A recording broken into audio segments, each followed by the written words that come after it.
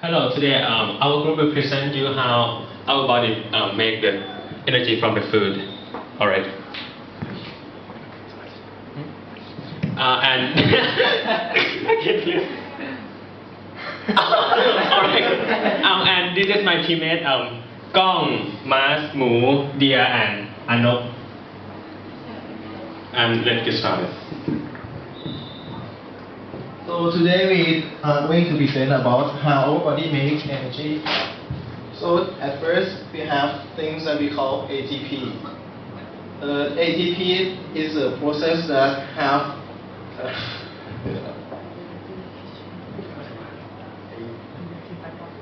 it's called adenosine triphosphate, and this happens when you have a metabolism.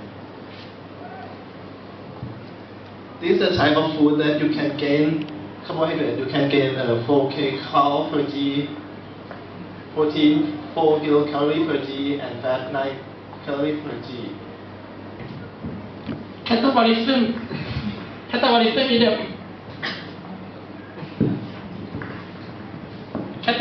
is the metabolic pathway that breaks down large molecules into smaller units. Like protein turn into amino acid, polysaccharide turn into monosaccharide, lipid turn into fatty acid. One of the reasons that why our body has many metabolism is the cell cannot receive energy in the one time. We receive by glycolysis, acetyl-CoA, Krebs cycle, and oxidative phosphorylation.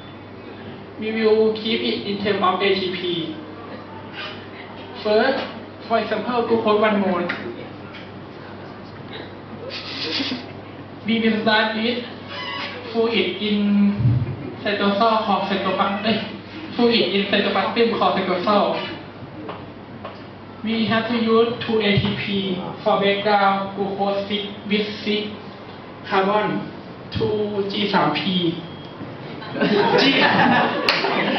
GCP, G-certified phosphate. And as a result, we will get 4 ATP from GCP to 2 molecules of pyruvate.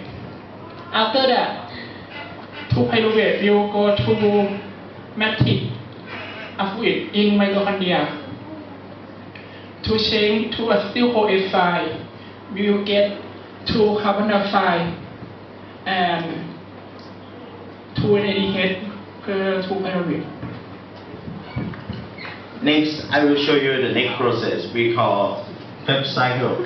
Krebs cycle or citric acid cycle or tricarboxylic acid cycle or TCA cycle is a chemical reaction that all aerobic organisms use to generate the energy through oxidation of acetylcoenzyme. And Krebs cycle also be a central pathway of many catabolic reaction.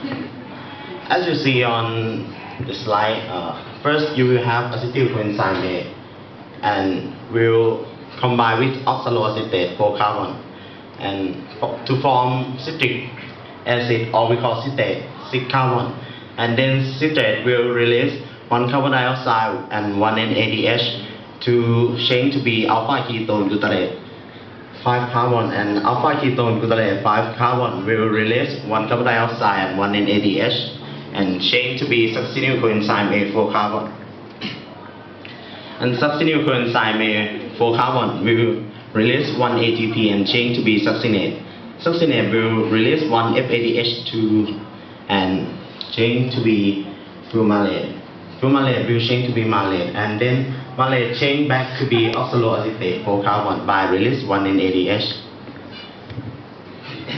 This process occur in matrix, and product from Krebs cycle, one Krebs cycle, you will got 3 NADH and 2 carbon dioxide, 1 ATP and 1 FADH2. But in have two acetyl coenzyme.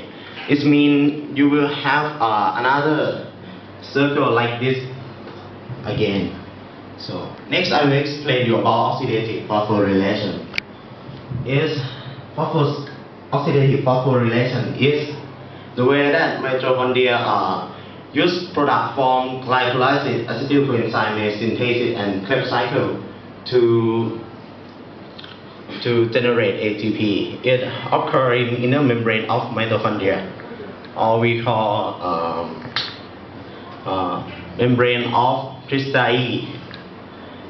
It divides into two parts. First is ETC, or electron transport chain, and second part is chemiosmosis.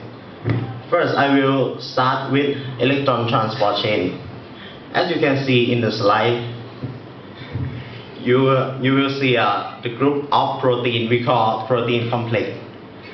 As you can see, the complex one will receive electron that have energy from NADH, and electron will move past complex 1, complex 3, and complex 4.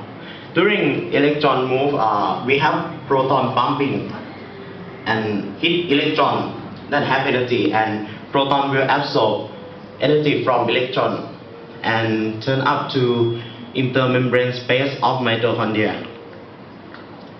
And in complex 2, will receive electron that have energy from FADH2, and send electron will move to complex 3 and complex 4. But complex 2 will not have the proton pumping, but it will have proton pumping in complex 3 and complex 4, at the same as complex 1.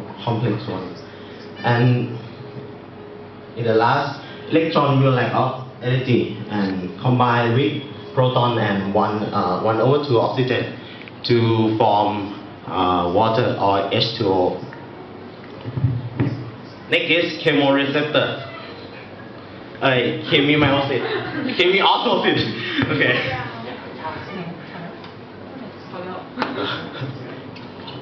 Chemiosmosis is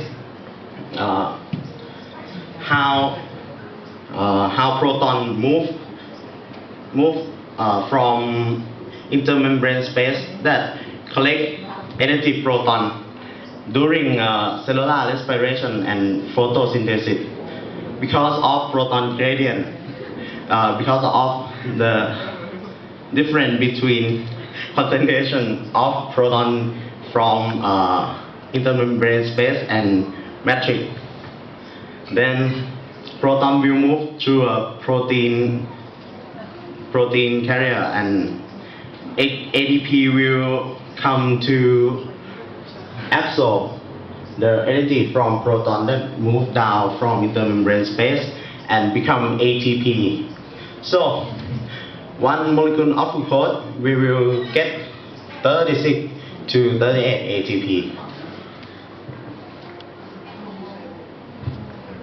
Next, I'm going to talk about catabolism of fat. At first, you got to know that fat is only the polymer that not have a monomer. So let's take a look at this. You can see the triglyceride is the smallest molecule of fat, and you can see that is a group of glycerol and carboxyl, which every time that it occur one triglyceride, that will lose 3 water. And next is catabolism of protein.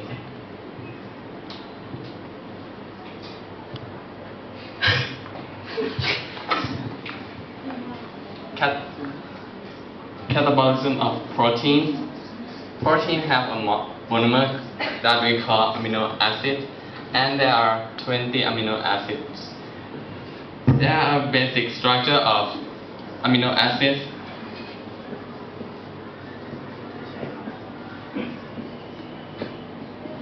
Which this group we call amine, carboxylic acid, and side chain, which depends on what kind of amino acid. which they can turn into Krebs cycle like in this picture. Depends on what type of it. So that's almost about our catabolism.